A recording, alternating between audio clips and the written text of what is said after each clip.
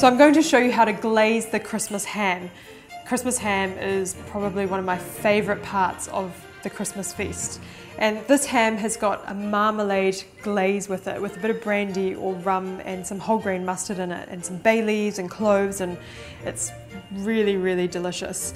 So I've got half a leg of free range ham here, and you may have been given the chump end, which is what I've got, or you may have been given half a leg of ham with the hock end. So that's when you've got the piece of bone sticking out. The only difference when cooking the one with the hock is that you will cover it with tin foil so that the bone doesn't burn. That's the only difference. Everything else is the same. So the first thing we want to do is cut a nice zigzag pattern, and this is really just for the appearance, to make it look prettier. The next step is we need to remove the skin from this end right back to this end, but we want to retain the nice white fat that sits underneath. So this part's really easy and it's actually quite fun, but just get your little knife and make a little bit of an incision between the white fat and the skin, and then all you have to do is just slip your finger underneath the skin and it will loosen the skin away from the white fat. This is kind of weird but kind of fun at the same time. So you can start cutting the skin to help you a bit, and just keep pushing your finger underneath to loosen the skin away from the fat, and you're going to pull the fat right back to where the zigzag is. There we go, so the skin just comes away like that, and there's not really much you can do with it. I would just discard that. There we go. The reason we want to keep the white fat on the ham is so that it keeps nice and moist. There's a lot of flavour in that fat and you don't want to lose it. Get your knife and just lightly score the fat in a diagonal pattern. And the score mark should be about 1 to 2 centimetres apart. Score it the one way and then score it the other way so that you end up with diamond shapes. I've got some whole cloves here, a very Christmassy ingredient. So all we need to do is stick a clove into the centre of each diamond. This is quite a fun job for the kids.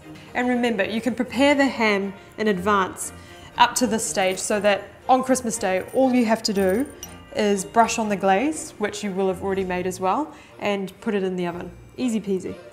Place your ham into a roasting dish and pour in some water around the base of the dish. And now the ham can go into the oven for 20 minutes.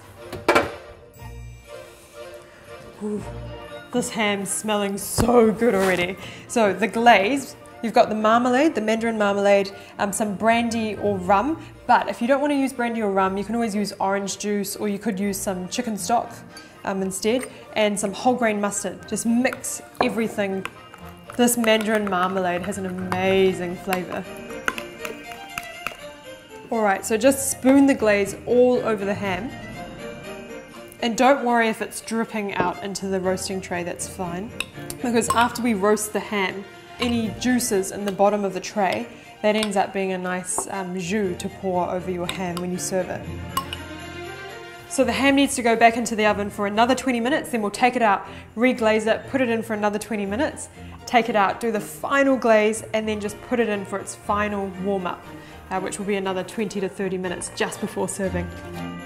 Okay, so the ham has been glazed a few times and it's all warmed up all the way through. So just give the ham a last final spoon of glaze all over the top.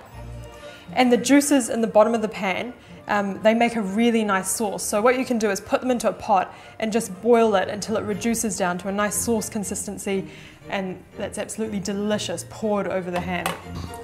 So the ham is ready. And if you want to be a little bit fancy, you can always decorate it with a few fresh bay leaves.